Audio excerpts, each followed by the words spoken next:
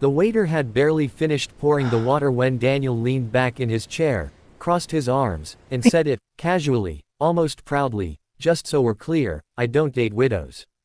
The words hung in the air like a glass about to shatter. For a split second, the restaurant noise faded, replaced by the soft clink of cutlery and the low hum of a jazz song. Across from him, the woman on the blind date, Amina, froze, her fingers tightening around her napkin. She didn't flinch or argue. She just looked at him, eyes steady, as if she were deciding whether to leave or to stay and let life do what it always did best: teach. Daniel wasn't a cruel man, at least not in the way villains usually are. He was successful, polite, and honest to a fault, or so he believed. At 36, he had built a reputation as a rising star in real estate, a man who planned his life like a spreadsheet. He had rules. Rules kept things clean. Rules kept pain out. And one of those rules, formed after watching his father unravel after his mother's death, was simple: never love someone who had already loved and lost.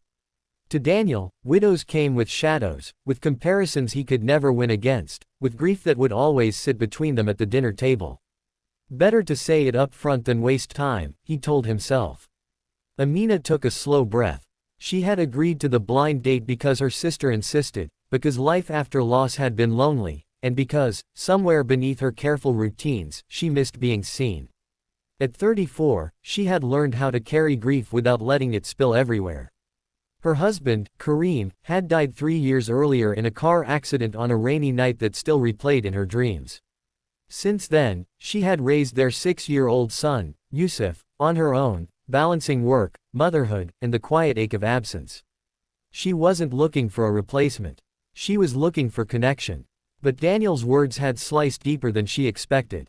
"I appreciate honesty," she said finally, her voice calm but controlled. "Can I ask why?" Daniel shrugged. "It's just a preference. I don't want to compete with a ghost. I want a clean slate." Something flickered in Amina's eyes, not anger, but sadness. "Grief doesn't mean you're still living in the past," she said softly. "It means you've loved deeply enough to feel loss." Daniel shifted, uncomfortable. He hadn't expected that. He had expected tears, maybe defensiveness. Instead, he felt strangely exposed. The waiter returned, menus in hand, and asked if they were ready to order. Amina closed her menu. "I think I'll just have tea," she said. Then she looked at Daniel. "I should tell you, I'm a widow." The word landed gently, but it carried weight. Daniel's jaw tightened. "I'm sorry," he said automatically, already preparing his exit. "I didn't mean to." "It's fine," Amina interrupted. "You were clear. And clarity matters." She stood, placing a few bills on the table. "Thank you for the tea." As she walked away, Daniel felt an unexpected pang, not relief, but something like regret. He watched her disappear through the door, the bell chiming softly behind her. For the first time that evening, his rules felt less like protection and more like walls. Life, however, wasn't done with Daniel yet. 2 weeks later, Daniel found himself at a community fundraiser his company sponsored, an event supporting families affected by road accidents.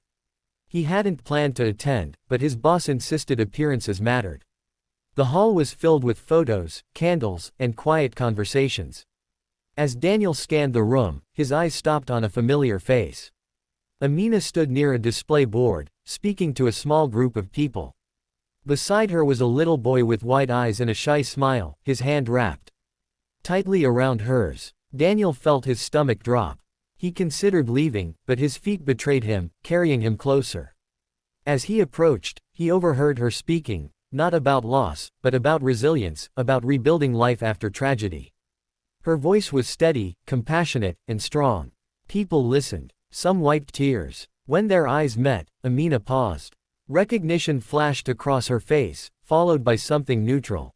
She finished her sentence and excused herself. "Hello again," she said politely. "I didn't know you were involved in this," Daniel said, gesturing around. "My husband died in a road accident," she replied simply. "This foundation helped us when everything fell apart. Now I give back." The boy tugged at her sleeve.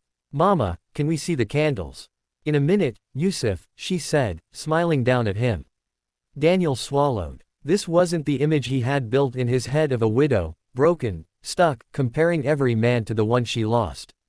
This was a woman standing tall in the middle of her pain, turning it into something meaningful. And the child, there was no bitterness in his eyes, only curiosity and warmth. "I owe you an apology," Daniel said quietly.